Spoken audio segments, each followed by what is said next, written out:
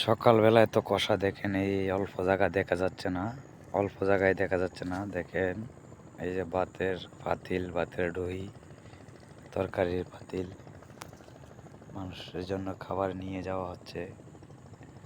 সকালবেলা পাক করিয়া তারপরে খাবার নিয়ে বন্ধে যাওয়া হচ্ছে। দেখেন বন্ধের হাওরের মাঝখানে কিচ্ছু দেখা যাচ্ছে না।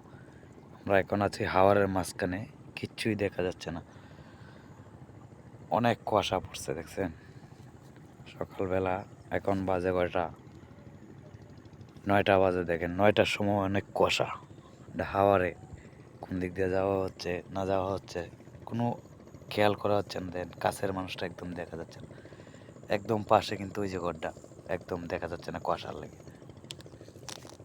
কুয়াশা, অনেক কুয়াশা পড়ছে। দেখেন সকলে একটু ভিডিওটা লক্ষ্য করবেন। সকালবেলা অনেক কুয়াশা, এই কুয়াশার মাঝে চলাফেরা খুবই কষ্ট হচ্ছে। আর ওই পাশে হইলেও পানি।